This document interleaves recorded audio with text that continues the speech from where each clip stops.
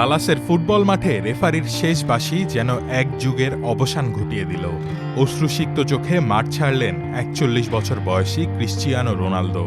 আগেই জানিয়েছিলেন এটাই তার শেষ বিশ্বকাপ, আর সেই শেষটা হলো বুক ভরা এক শূন্যতা আর অধরা সোনালি ট্রফি ছুঁয়ে না দেখার চিরস্থায়ী আক্ষেপ নিয়ে। শেষ ১৬র এই হাই ভোল্টেজ মহারণে পর্তুগালকে বিদায় করে কোয়ার্টার ফাইনালে পা রেখেছে স্পেন। ২০১০ বিশ্বকাপের একই রাউন্ডের যেন হুবহু পুনরাবৃত্তি হল এই ম্যাচের মাত্র তৃতীয় মিনিটেই এগিয়ে যেতে পারত স্পেন।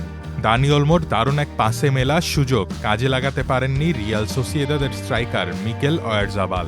তার শট চলে যায় পোস্টের বাইরে।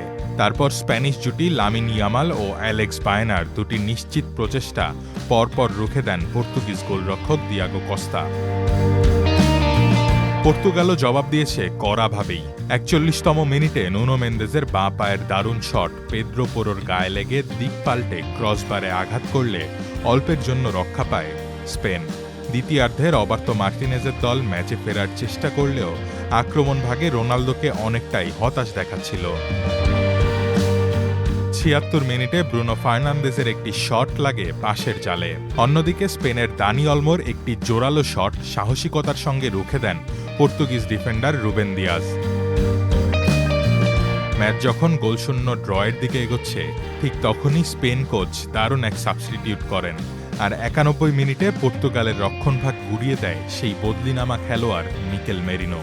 ফেরান তরেসের নিখুঁত পাস থেকে বল পেয়ে নিচু শটে গোলরক্ষক কস্তাকে পরাস্ত করেন এই আর্সেনাল মিডফিল্ডার। একদিকে দেখা গেল স্প্যানিশদের জয় উৎসব, আর অন্যদিকে এক বুক হতাশা নিয়ে বিশ্বকাপ মঞ্চকে চিরবিদায় জানালেন সর্বকালের অন্যতম সেরা footballer Cristiano Ronaldo. Rohan Adnan, প্রথম আলো।